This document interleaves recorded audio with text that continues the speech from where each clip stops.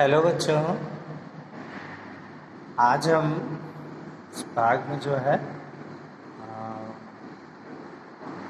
कक्षा 6 की हिंदी फर्स्ट में चैप्टर नंबर 5 उस कविता को पढ़ेंगे। पिछले भाग में हम लोग 2 पैराग्राफ ये पढ़ चुके हैं और इस कविता के बारे में, कविता की समरी को जान चुके हैं। बताया गया आपको कि ये कविता जो है वो सोहन लाल द्विवेदी जी की कविता है। इस कविता में उन्होंने ओस के जो कण यानी जो ठंडक के मौसम में जो ओस की बूंदें पड़ती हैं तो उन्हीं का वर्णन यहाँ पर किया है। बड़े सुंदर ढंग से मनोहारी वर्णन है और इस कविता में उन्होंने हमें ये प्रेरणा दी है और पढ़ के इनकी कविता ये प्रेरणा हमको मिलती है कि हम प्रकृति से निकटता बढ़ाएं और प्रकृति की सुंदर कविता ही है। इसमें कवि ने ओस की कणों को क्या क्या उपमा दी है, किन किन वस्तुओं की उपमा दी है, किन किन वस्तुओं की तरह ये सुंदर प्रतीत होते हैं। इसमें इन्होंने बताया है कि ओस के कण जब सुबह सुबह कवि टहल रहा है और टहलते हुए वह क्या देखता है कि घास के मैदान पे यानी हरे घास के मैदानों पर जो है ये ओस की कणें बिखरी हुई हैं और पेड़ पौधों की पत्तियों पर, फूलों पर, और इनकी आभा कैसी दिख रही है, बहुत सुंदर प्रतीत हो रहे हैं, मानो किसी ने जो है वो मोती की लड़ियों को जो है बिखेर दिया हो उस घास के मैदान पर। और कवि कहता है कि ये कौन है जो इस तरह की हीरो की माला जो है यहाँ पे ला करके फेंक दिया है बना करके रात के अंधेरे में, और उन ओस के कणों को जुगनू के समान बताया है, नन्हे तारों की तरह बताया है। जुगनू के समान इसलिए बताया, जुगनू की उपमा दी है किस लिए, क्योंकि जुगनू जो है वो रात में, जुगनू एक प्रकार कीड़ा होता है जो रात में जब उड़ता है तो उसके पिछले हिस्से में जो है वो चमक पैदा होती है और वो टिमटिमाते चमकते हुए बड़े अच्छे प्रतीत होते हैं रात के अंधेरे में। और उसी तरह नन्हे तारे जो है आकाश में नभ में जो है वो भी टिमटिमाते हैं तो सुंदर लगते हैं। तो उनकी उपमा इसलिए दिया है क्योंकि इन ओस के कणों पर जब सूर्य की किरणों की चमक जब पड़ती है तो ये भी उसी प्रकार से टिमटिमाते और चमकते हैं। फिर आगे इसने कहा है, अब आइए हम देखते हैं, ये तो पिछले था, अभी हम इसको यहाँ से आगे फिर करते हैं, पढ़ते हैं। पीछे हम लोगों ने जाना है 2 पैराग्राफ को। लुटा गया है कौन जौहरी अपने घर का भरा खजाना, पत्तों पर फूलों पर पग पग बिखरे हुए रतन है नाना। और कवि सोहन लाल द्विवेदी जी कहते हैं कि ये कौन जौहरी है, किसको देख करके, मैदानों पर बिखरी हुई उन ओस के कणों को देख करके कवि सोहन लाल द्विवेदी जी कहते हैं कि ये कौन जौहरी है जो सुबह सुबह अपने घर का खजाना जो है लुटा कर चला गया है। इस तरह से घास के मैदानों पर बिखेर दिया है, बिखेर करके चला गया है। पत्तों पर फूलों पर पग पग बिखरे हुए रतन है नाना। और पत्तों पर यानी पत्तियों पर, फूलों पर, पग पग पर यानी हर जगह हर कदम पर जो है ये नाना प्रकार के रत्न जो हैं वो बिखरे पड़े हैं। और ये नाना प्रकार के रत्न कौन है, वही ओस के कणों के सौंदर्य का वर्णन यहाँ पे किया जा रहा है। उन ओस कणों की उपमा किससे दे रहा है कवि, नाना प्रकार के रत्नों से। इन ओस के कण जो हैं इन कैसे प्रतीत हो रहे हैं, जैसे नाना प्रकार के रत्न जो है वो घास के मैदान पर, पत्तों पर, फूलों पर, हर जगह जो है वो फैले हुए हैं। बड़े सवेरे मना रहा है कौन खुशी में यह दिवाली, वन उपवन में जला दी है किसने दीपावली निराली। अरे कि बड़े सवेरे मना रहा है कौन खुशी में यह दिवाली, वही सवेरे सवेरे ही उसके कणों को कवि जो है वो निहार रहा है, और उसी निहारने की कड़ी में उसकी सुंदरता को देख करके उसके सौंदर्य का वर्णन करते हुए यहाँ लिख रहे हैं कि बड़े सवेरे मना रहा है कौन खुशी में यह दिवाली। जब वो उसके कणों को देखते हैं तो क्या कहते हैं कि इतने सवेरे सवेरे जो है कौन यह दिवाली मना रहा है, कौन यह दिवाली मना रहा है। वन उपवन में जला दी है किसने दीपावली निराली, और इस वन उपवन में, इस वन में, इस बागीचे में किसने जो है ये दीपों की माला जो है सजा दी है, जो इतनी निराली लग रही है, इतनी मनमोहक प्रतीत हो रही है। यानी वो दीपों की माला दीपावली, यानी वो किसको कह रहे हैं, जो ओस के कण हैं उन्हीं की सुंदरता का वर्णन इसमें भी है कि वो ओस के कण जो है वो कैसे प्रतीत हो रहे हैं, जैसे चारों तरफ दीपक जल रहा हो। उन ओस के कणों पे जब सूर्य की किरणें पड़ती हैं तो खूब चमक रहे हैं, चारों तरफ फैले हुए हैं। उनको देख करके कवि कह रहा है कि कौन है जो इतने सवेरे सवेरे जो है यहाँ पर खुशी मना रहा है, दिवाली मना रहा है, इस वन बागीचे में, उपवन में कौन है जो इस तरीके से चारों तरफ जो है वो दीपक जला दिया है, किसने। जी होता इन ओस कणों को अंजलि में घर भर ले आऊं, इनकी शोभा निरख निरख कर इन पर कविता एक बनाऊं। अब देखिए उन ओस के कणों को देख करके कवि कितना प्रफुल्लित हो रहा है, प्रकृति का आनंद ले रहा है, और उन आनंद लेते हुए उन्हीं ओस के कणों के सौंदर्य का वर्णन कर रहा है कि जी होता, क्या कह रहा है वर्णन करते हुए लिख रहा है, जी होता इन ओस कणों को, यानी उसकी सुंदरता को देख करके कवि का ऐसा मन होता है कि उन ओस के कणों को अंजलि में भर घर ले आऊं। अंजलि, अंजलि का मतलब होता है अंजलि। हम जब दोनों हाथ की हथेलियों को आपस में ज्वाइंट करते हैं, जोड़ते हैं, तो उसको हम अंजलि बोलते हैं। उसी को कह रहा है कि अंजलि में घर भर ले आऊं। और ओस की सुंदरता को देख करके कवि का मन करता है कि उन ओस के कणों को हम अपनी अंजलि में भर करके घर उठा लाऊं।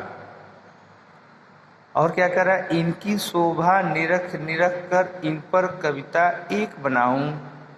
और कह रहा है कि इनकी शोभा को घर पे ला करके इनकी जो शोभा है, जो आभा है, जो सुंदरता है, उसको निहार निहार कर, निरख निरख कर, यानी देख देख कर इन पर कविता एक बनाऊं। मैं इन पर एक सुंदर कविता लिखूं इनके ऊपर। तो ये कविता जो है आपकी समाप्त हुई। देखिए इस कविता को पढ़ करके हमको क्या मैसेज मिलता है। देखिए हर अध्याय का जो है, हर चैप्टर का कुछ मैसेज होता है, और वो प्रस्तुत इसीलिए किया जाता है कि हम उससे जो है क्या प्रेरणा लेते हैं और जीवन में क्या जो है अपनाते हैं, उसको पढ़ करके वास्तविक जीवन में हम क्या जो है उपयोग में लाते हैं, उस ज्ञान की उपयोगिता क्या होती है हमारे वास्तविक जीवन में। तो हम देखिए कविता ये पढ़ें, यह प्रकृति की कविता है, और प्रकृति की कविता में जो ओस के कण हैं, तो ठंडक के मौसम में, जाड़े के समय में जो ओस पड़ती है, तो उन्हीं के सौंदर्य का वर्णन यहाँ पर किया हुआ है, उन्हीं के ओस कणों के सौंदर्य का वर्णन किया हुआ है। और इसमें उन ओस के कणों को तमाम प्रकार की वस्तुओं की उपमा दी है। यहाँ पर कवि ने बताया है कि ओस के कण जो हैं कहीं पर इनको मोती की लड़ियों के समान बताया है, उज्जवल की हीरो की कड़ियों के समान बताया है, कहीं पे जुगनू बताया है, कहीं पे नन्हे तारों के रूप में बताया है, और कहीं जो है नाना प्रकार के रत्नों की उपाधि दी है, इसे रत्नों की उपमा दी है, और कहीं पर इनको दीपों की उपमा दी है। यानी इन सबसे जो है कवि ने इनके सौंदर्य का वर्णन किया है। इन वस्तुओं की उपमा दे करके कवि ने इनके सौंदर्य का वर्णन जो है किया है। और इन सब की उपमा उन्होंने क्यों दी है, क्योंकि उसकी सुंदरता को देखा है कभी नहीं। मोती की लड़ियाँ, मोती की लड़ियाँ यानी मोती किसको कह रहा है वो? अभी ओस के कणों को कह रहा है। ओस के कण ही जो है वो कैसे प्रतीत हो रहे हैं? मोती की लड़ियों के समान और जुगनू की समान चमक रहे हैं। और क्यों ऐसा हो रहा है जुगनू के समान और नन्हे तारों की तरह जो ये टिमटिमा रहे, चमक रहे हैं? क्योंकि ओस के कणों के ऊपर जब सूर्य की किरणें पड़ती हैं तो उनकी वैसी ही आभा होती है जैसे कि जुगनू रात में चमकते हैं या नन्हे तारे जो है वो टिमटिमाते हैं। रत्नों और आभूषणों की भी वही चमक होती है और उनकी लौ जो है जब सूर्य की किरणें पड़ रही हैं तो वो ऐसे चमक रहे हैं जैसे जो है उसमें लौ हो। इसीलिए जो है उसको दीपों की उपमा दी है। ये दीपावली जैसे लग रहा है क्योंकि ओस तो चारों तरफ बिखरी हुई है। तो हम अपने जीवन में यही प्रेरणा लेते हैं इस कविता से कि हम जो प्रकृति से निकटता बढ़ाएं, अपनी प्रकृति की तरफ लौटें और अपनी प्रकृति की सुंदरता को बनाए रखने का प्रयास करें। आइए देखते हैं इस घड़ी में कुछ इसमें जो है इसमें कुछ प्रश्न भी दिए हुए हैं। देखिए मौखिक प्रश्न है कुछ। इसमें क्या कह रहा है? कवि को हरी घास पर बिखरी ओस कैसी प्रतीत हो रही है? तो कवि को हरी घास पर बिखरी ओस कैसी प्रतीत हो रही है? कवि को हरी घास पर बिखरी ओस उन मोती की लड़ियों के समान प्रतीत हो रही है। के बाद है जुगनू क्या है? तो जैसा कि अभी बताया हमने कि जुगनू जो है वो रात में चमकता है, यानी रात में जब वो उड़ता है तो उसके पिछले हिस्से में चमक पैदा होती है। उसी कीड़े को हम जुगनू कहते हैं। यह एक प्रकार का कीड़ा होता है। इस कविता में किस समय के सौंदर्य का वर्णन हुआ है? देखिए इस कविता में किस समय के सौंदर्य का, तो इस कविता में जो है सवेरे के समय का, सुबह के समय के सौंदर्य का वर्णन हुआ है। और ये जुगनू जो है यहाँ पे अगर लेंगे ऐसे तो रात को, यानी जुगनू तो रात को चमकता है। जुगनू क्या है? जुगनू एक प्रकार का कीड़ा है जो रात को चमकता है। इस कविता में किस समय के सौंदर्य का वर्णन हुआ है? तो इस कविता में जो है वह सुबह के सौंदर्य का वर्णन हुआ है, क्योंकि सवेरे सवेरे ही वह कवि जो है वह टहलता है और टहलते हुए उन ओस के जो कण हैं, ओस की जो बूंदें हैं, उनको देखता है और निहारता है। उसके बाद वह कविता लिखता है उसके सौंदर्य का वर्णन करते हुए कि कितना सुंदर ये प्रतीत हो रहे हैं, और तमाम प्रकार की वस्तुओं की उपमा दे करके उसके सौंदर्य का वर्णन करता है। ओस की बूंदें कौन सा त्योहार मना रही हैं? स्पष्ट लिखा हुआ है कि दीपावली मना रही हैं। ओस की जो बूंदें हैं वो क्या कर रही हैं? दीपावली मना रही हैं। देखिए लिखित प्रश्न है, वो लिखित प्रश्न में लघुत्तरी प्रश्न है। कवि ने ओस कणों को जुगनू और नन्हे तारे की उपमा क्यों दी है? कवि ने ओस कणों को जुगनू और नन्हे तारे की उपमा क्यों दी है? क्यों दी है कि जुगनू भी, समझ लीजिए, जुगनू भी क्या करता है? रात को चमकता है, उड़ता है तो रात में चमकता है, सुंदर लगता है। और नन्हे तारे भी रात के अंधेरे में चमकते हुए बड़े सुंदर प्रतीत होते हैं। अब ओस के कणों को उनकी उपमा देने की क्या जरूरत है? क्योंकि ये कण भी उसी प्रकार के, ओस के जो कण हैं उसी प्रकार शोभायमान प्रतीत हो रहे हैं। किस प्रकार? जिस प्रकार जुगनू रात में चमकता है और नन्हे तारे भी चमकते हुए सुंदर प्रतीत होते हैं। अब ओस कण क्यों चमक रहा है? क्योंकि ओस के कणों पर जो है सुबह सुबह की सूर्य की जो किरणें पड़ रही हैं, इसकी वजह से जो है उसमें चमक पैदा हो रही है। तब इसीलिए जो है कवि ने यहाँ पर जुगनू और नन्हे तारे की उपमा दे करके कणों के सौंदर्य का वर्णन किया हुआ है। क्लियर है।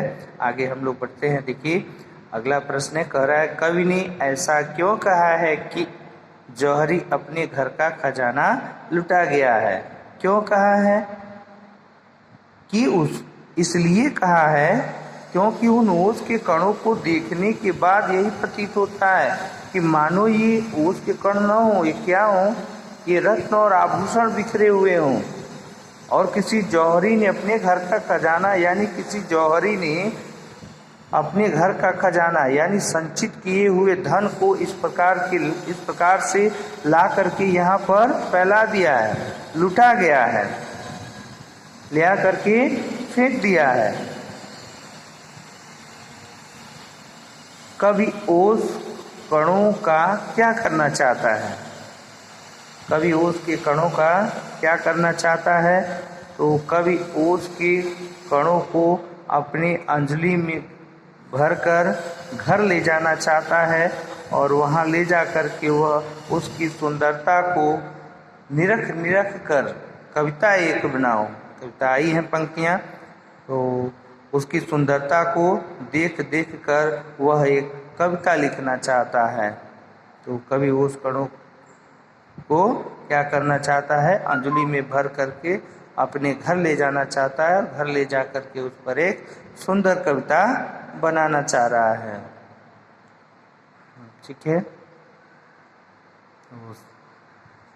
नेक्स्ट अगले पार्ट में। So student take care, bye bye.